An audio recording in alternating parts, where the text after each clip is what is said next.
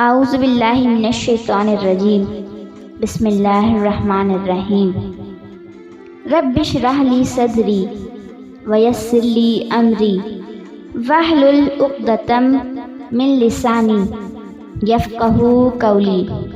ترجمہ: اے میرے پروردگار، میرا سینہ کھول دے اور میرے کام کو میرے لیے آسان کر دے، اور میری زبان کی گرہ کھول دے تاکہ لوگ میری بات سمجھ سکیں۔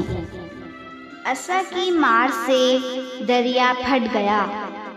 حضرت موسیٰ علیہ السلام ایک مدت دراز تک فرعون کو ہدایت فرماتے رہے اور آیات و معجزات دکھاتے رہے، مگر اس نے حق کو قبول نہیں کیا، بلکہ اور زیادہ اس کی شرارت و سرکشی بڑھتی رہی، اور قوم بنی اسرائیل نے چونکہ اس کے خدائی کو تسلیم نہیں کیا، اس لیے اس نے ان مومنین کو بہت زیادہ ظلم و ستم کا نشانہ بنایا۔ اس دوران میں ایک دم حضرت موسیٰ علیہ السلام پر یہ وحی اتری کہ آپ اپنی قوم بنی اسرائیل کو اپنے ساتھ لے کر رات میں مصر سے ہجرت کر جائیں۔ چنانچہ حضرت موسیٰ علیہ السلام قوم بنی اسرائیل کو ہمراہ لے کر رات میں مصر سے روانہ ہو گئے۔ جب فرعون کو پتہ چلا تو وہ بھی اپنے لشکروں کو ساتھ لے کر قوم بنی اسرائیل کی گرفتاری کے لیے چل پڑا۔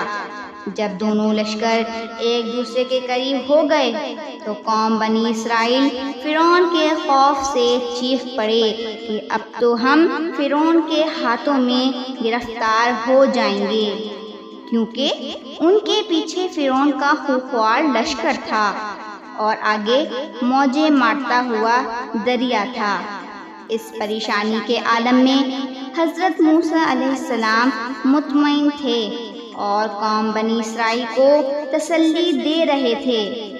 جب دریا کے پاس پہنچ گئے تو اللہ تعالیٰ نے حضرت موسیٰ علیہ السلام کو حکم فرمایا کہ تم اپنی لاٹھی دریا پر مار دو۔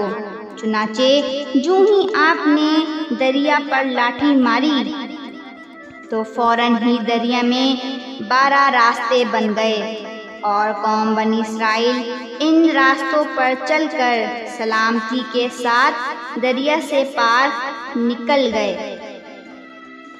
فرعون جب دریا کے قریب پہنچا اور اس نے دریا کے راستوں کو دیکھا تو وہ بھی اپنے لشکروں کے ساتھ ان راستوں پر چل پڑا، مگر جب فرعون اور اس کا لشکر دریا کے بیچ میں جیسے ہی پہنچا تو اچانک دریا موجیں مارنے لگا اور سب راستے ختم ہو گئے، اور فرعون اپنے لشکروں کے ساتھ دریا میں غرق ہو گیا۔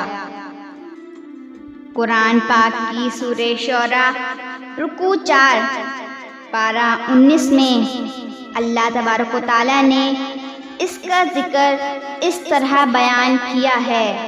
ترجمہ: جب دونوں جماعتیں لشکر فرعون اور اصحاب موسیٰ ایک دوسرے کو دیکھنے لگیں تو اصحاب موسیٰ نے کہا کہ ہم بالیقین گرفتار ہو جائیں گے، تو حضرت موسیٰ علیہ السلام نے فرمایا کہ ہرگز ایسا نہیں ہو سکتا، کیونکہ میرے ساتھ میرا رب ہے، وہ عنقریب مجھے اس سے نکلنے کا راستہ بتا دے گا۔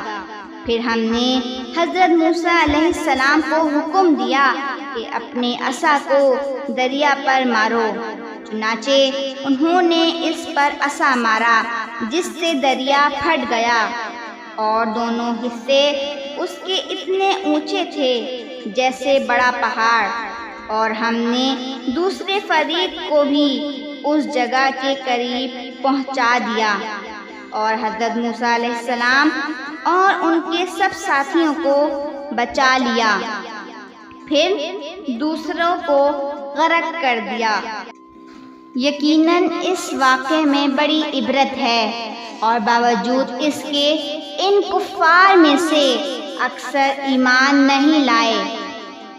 یہ ہیں حضرت موسیٰ علیہ السلام کی مقدس لاٹھی کے ذریعے ظاہر ہونے والے وہ تینوں عظیم الشان معجزات جن کو قرآن کریم نے مختلف الفاظ اور متعدد عنوانوں کے ساتھ بار بار بیان فرما کر لوگوں کے لیے عبرت اور ہدایت کا سامان بنا دیا ہے۔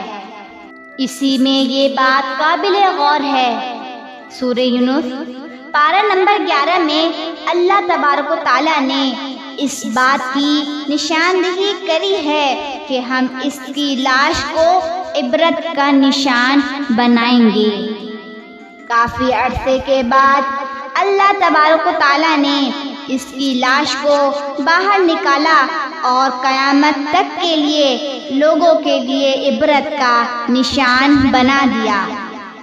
اللہ تبارک و تعالیٰ اپنے غضب سے سب کو بچائے اور ہمیں قرآن پاک سے ہدایت لینے والا اور عمل کرنے والا بنائے۔ اسی طرح ہم اپنے چینل SMT انسائکلوپیڈیا سے معلومات فراہم کرتے ہوئے چلیں کہ وہ کون سی زمین ہے جس پہ سورج کی کرن ایک ہی بار پڑی اور قیامت تک کبھی بھی اس زمین پر سورج کی کرن نہیں پڑے گی، اور یہ وہی زمین دریائے نیل کی زمین ہے جس کو اللہ تبارک و تعالیٰ نے اپنے پیغمبر حضرت موسیٰ علیہ السلام کے لیے اپنا خاص فضل و کرم فرما کر دریا کو زمین بنا دیا تھا۔ اللہ تبارک و تعالیٰ سے دعا ہے، اے اللہ میرا یہ بیان کرنا اپنی بارگاہ میں قبول فرمائے، اور اے اللہ ہم تیری بخشش و مغفرت کے طالب ہیں۔ اے مالک و مولا، تو اپنے پیارے محبوب کے صدقے ہماری مشکلات کو بھی آسانی میں بدل دے، جس طرح مالک تو نے موسیٰ علیہ السلام کی اور ان کی قوم کے لیے دریا میں راستے بنا کر ان کی مشکل کو آسان کیا۔ آمین یا رب العالمین۔ آپ سے گزارش ہے کہ اس کو غور سے سنیں اور اس کو سمجھیں۔